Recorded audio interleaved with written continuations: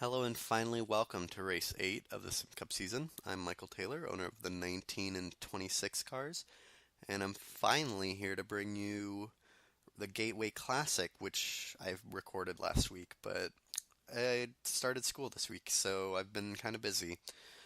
But it was a wild race. I think there's 40 pictures I need to show you all. So without further ado, here is the starting lineup. KMI Racing swept the front row. Jason Severn on pole with Jim Powers outside of him. Michael Adkins and Zach Dorian were after them, Patrick Cobb Jr. and Drew Tabulov. Davis McAfee and Daniel Alderson on row 4. And then rounding out the top 10, Brendan Irons and Scott Unger. Moving on, Tommy Morello and Dylan Fisher on row 6. Carson Fitzpatrick and Matthew Sparrows on row 7. Ricky Brackett and Carl Flint on row 8. Reed Conway and Joey Wakowiak on row 9. Points leader Kevin Richmond and Tim Bowen on row 10. So that means there's only 2 cars left, and they are Matt Sedici and Anthony Wick. The Gateway Classic was 320 laps. It was a nice night for the first night race of the Sim Cup season. So I have nothing more, so let's get to the action. KMI Racing led the group down to take the green flag, and then going into turn 1, Jason Severn was able to inch ahead of Jim Powers and establish the lead. The green flag run lasted a little bit. Here's Michael Adkins trying to hunt down Jason Severn. You can see Jim Powers, Drew Tabulov, and Cobb Jr. behind them. So that's the top 5 on lap 15. Lap 43, KMI Racing swaps leaders. Jim Powers was able to get around the 9 and the 34 to take the lead on lap 43. The green flag run lasted, or the first stint of pit stops lasted until lap 56 when Michael Adkins pulled into the pit road, and you see all the cars flying by on the outside. This was the first car I saw to go to pit road, and it turned out to be pretty useful because of traffic, because Michael Adkins was able to retain the lead coming out of the pits. So that's on lap 63. Later that lap, Carl Flint gets in an accident. He comes up and spins right in front of the 26, 19, and 22 cars. There's no damage, but it did bring out a caution because it slowed enough cars down. This was good for everyone behind the 0 because they would have been absolutely boned if the leaders kept circling the track.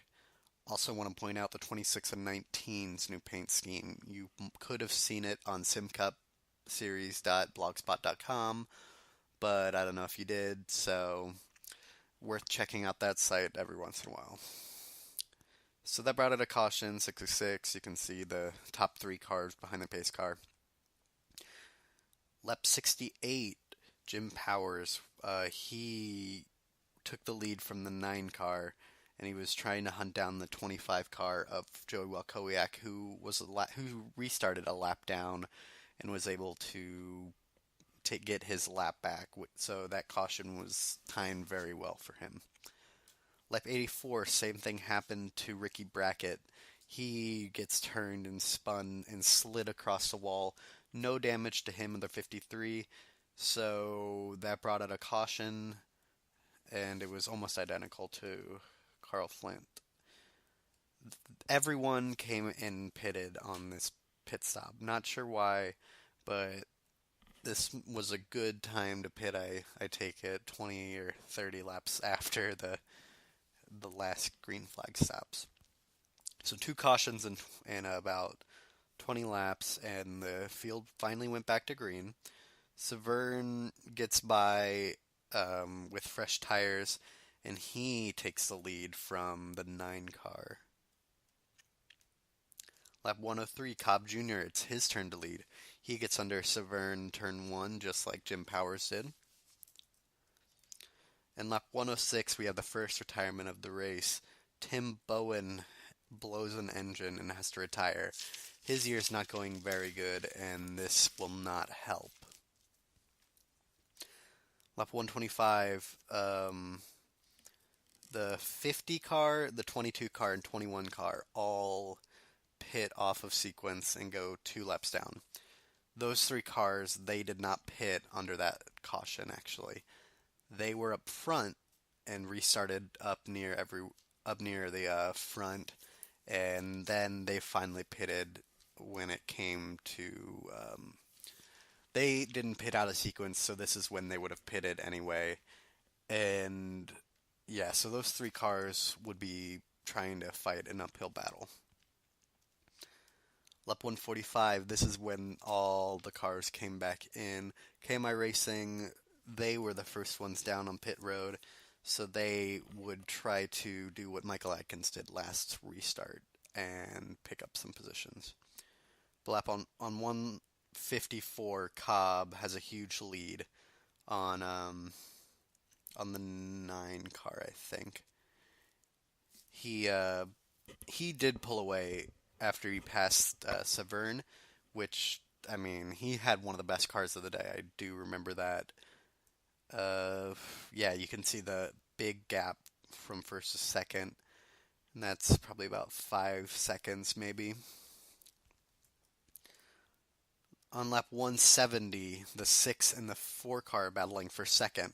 Unger had fought through the crowd and finally was in a position to hunt down the 71 car in lap traffic.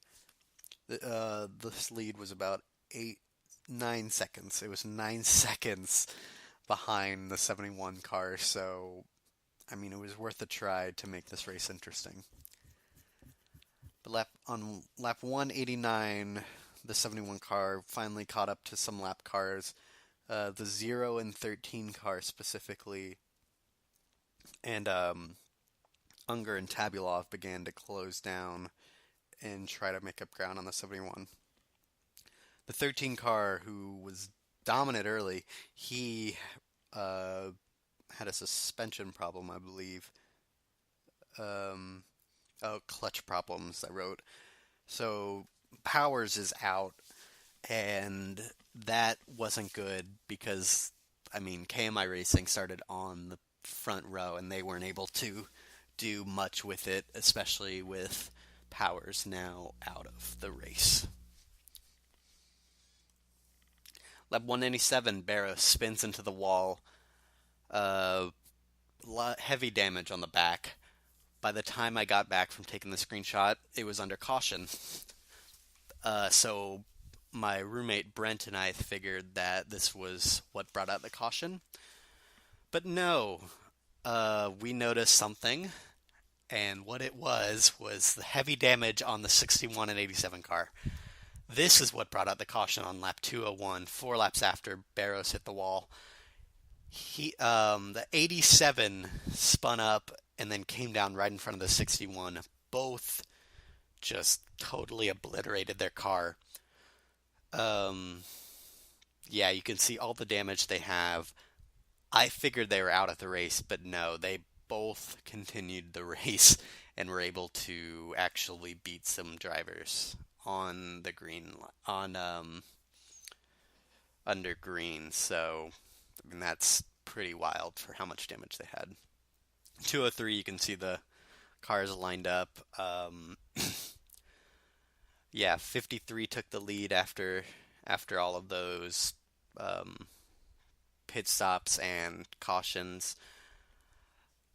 Okay, moving on, lap 215, Anthony Witt comes out of absolutely nowhere, and he would take the lead from the 53. Only 8 cars remain on the lead lap at this point.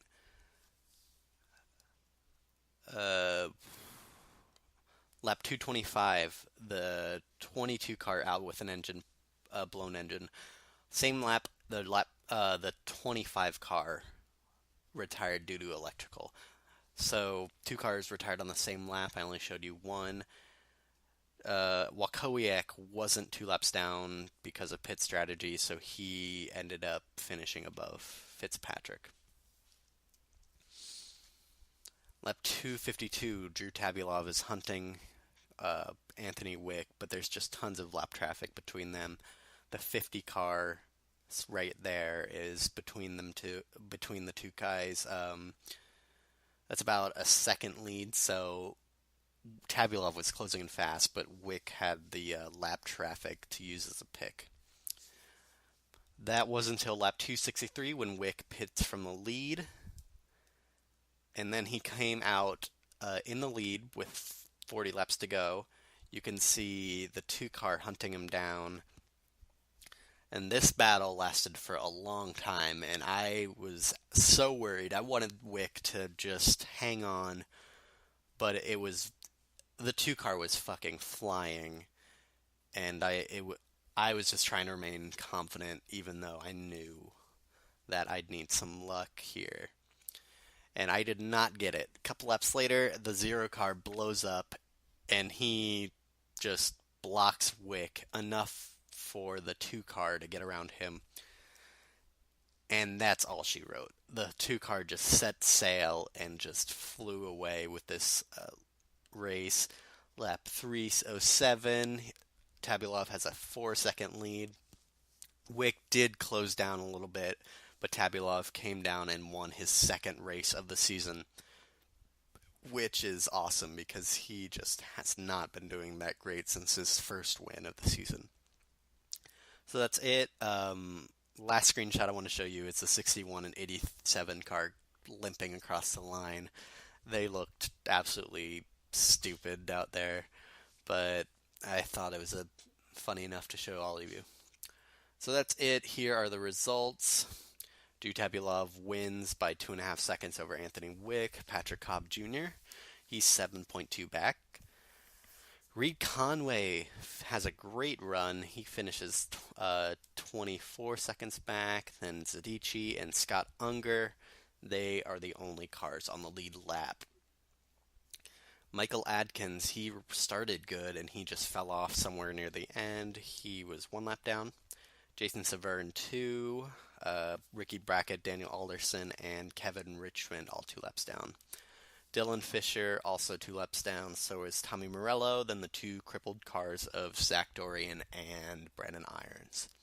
Matthew Sparrows, he's 4 laps down, then Davis McAfee 5 laps down. McAfee was the last car still running on the track because we had maybe a record in retirements, maybe this year even. Carl Flint, Joey Wakowiak, Carson Fitzpatrick, Jim Powers, and Tim Bowen. So the points leader, he didn't have a great run, so this was a good points day. Too bad every car immediately behind him finished just really bad. And Kevin Richmond was able to increase his lead by 2 points on the new second place driver, Daniel Alderson. Brackett didn't have a good day. He's 79 points back. Neither did Davis McAfee, 93 points back.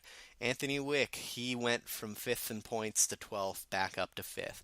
So from 5th to about 14th, it's all just really close. Wick needs to not retire next week to remain somewhere up contending for the season points. Wakowiak, Adkins, Unger, Powers, Tabulov round out the top 10.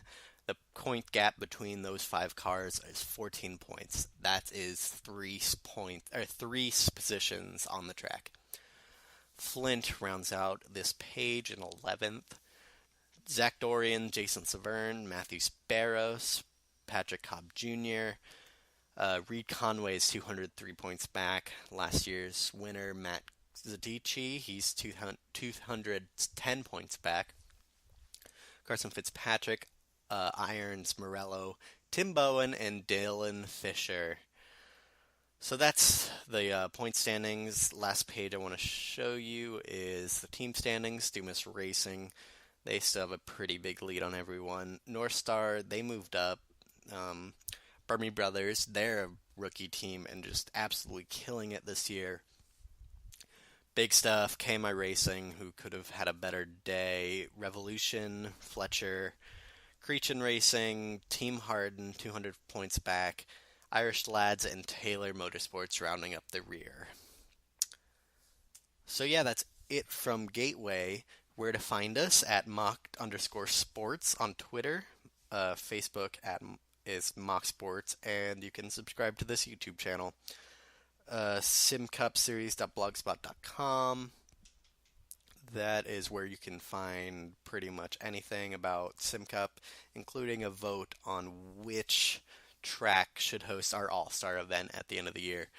Still trying to work out the specifics, like what kind of format we should run. But yeah, I have a list of 5 tracks down for everyone to vote on. There's about 6 votes because this series isn't popular at all. It's Milwaukee, Iowa, Dover, Daytona, and California. I made fake logos for whichever one gets voted in. So please go vote. I'm down with any track that I put up there. It's just a matter on what the fans want.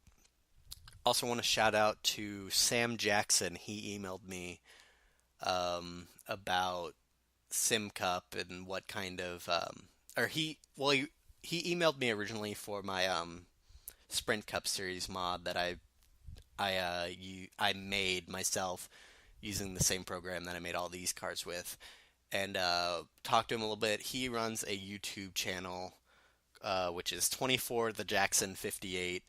So I know he was going to give me a shout out when he started making videos for NASCAR Racing 3. So I just wanted to return the favor.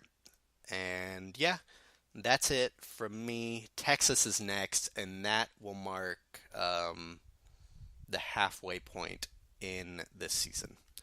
So thanks for watching, and have a good week.